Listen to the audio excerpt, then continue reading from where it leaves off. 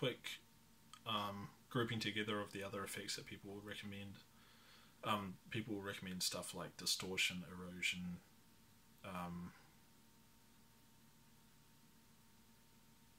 tube limiters.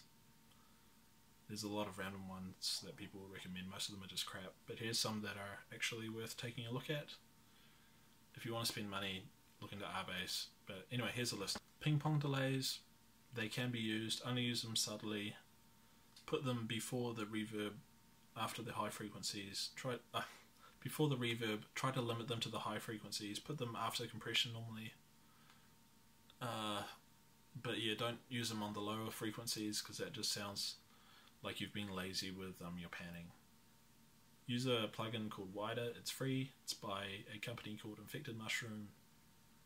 Yeah, download it now if you don't have it. I've tried out all the free widening plugins. This one's there's just one button, but it does exactly what you want to do. It doesn't show you whereabouts the sound is being dispersed to, but I've never had any need for any other widening plugin since I've started using that. Ring modulation can sometimes sound good. It's quite a rabbit hole to get into. Anything like this ring modulation or anything that affects when the sound is hitting, like the quantization of the sound or anything, put that before the compression in your chain, otherwise you might have issues with the attack and release times of the compression being affected by you modifying the ring modulation or whatever you're modifying in a negative way. It's good to learn how to do the automation within your DAW with things like ring automation, ring modulation, do automation on those sort of things, but here's a tip that you won't hear anywhere else.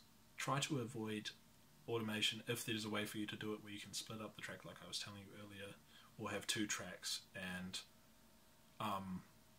have them respond to each other in a dynamic way like the side chaining examples, because doing that will give you more flexibility later on, and you never really want to sacrifice these flexibility points in your music making ever. OTT is great for adding color, so is saturation.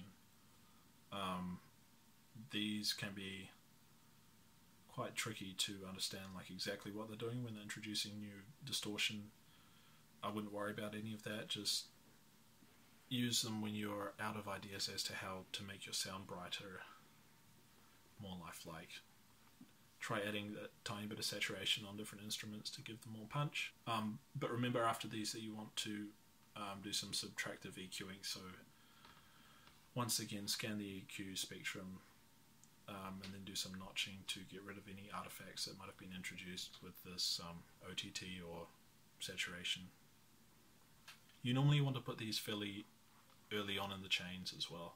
Filters, you have to know how to use filters if you want to make proper drops and stuff in your songs, so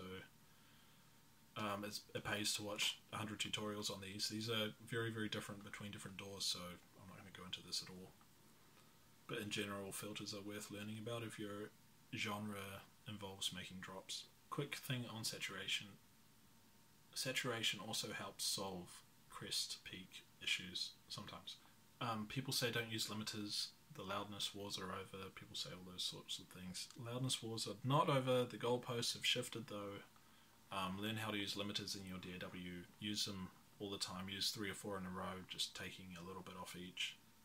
Use a lot of compressors and limiters. If you want your song to be able to compete with the other big songs that are out there, you have to sacrifice that dynamic range to be able to be not seen as a quiet song. When you're listening to a whole bunch of songs, do you want your song to stand out because it's quiet? Or if there's a whole bunch of dynamic songs and your song's a louder one, do you want it to stand out? If you had to choose between those two situations, which one would you prefer? It's always going to be the second one, where it's standing out because it's it might be less dynamic but the volume's louder. Then if it's more dynamic but the volume's softer, then you have all these loud songs and then suddenly a soft, quietish song. Span is the best plugin ever. Another reason for this is because, say you want to compete with the other songs that are out on the internet, instead of learning all about LUFS LFS, RMS, all of this stuff, you can drag in a song, any pop song as a reference track, and compare the span readings on that one to your one. Of course, it's going to be different on different platforms. Yeah, look up loudnesspenalty.com. I'll look it up now. Loudnesspenalty.com. It's fantastic.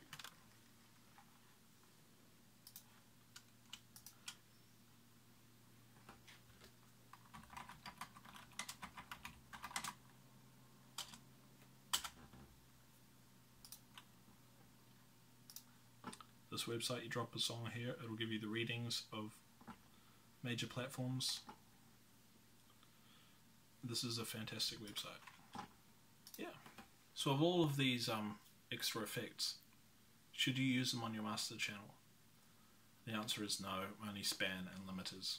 Yeah, span, just drop it on every track, drop it everywhere. Just throw it everywhere. It'll stick. Just anything that people say, oh, you have to use this EQ or this compression, or anything that people say, oh, there's this particular one of that's better than the other ones because of this and this. Don't listen to any of that. It's probably snake oil. But up to you if you want to spend the hours researching.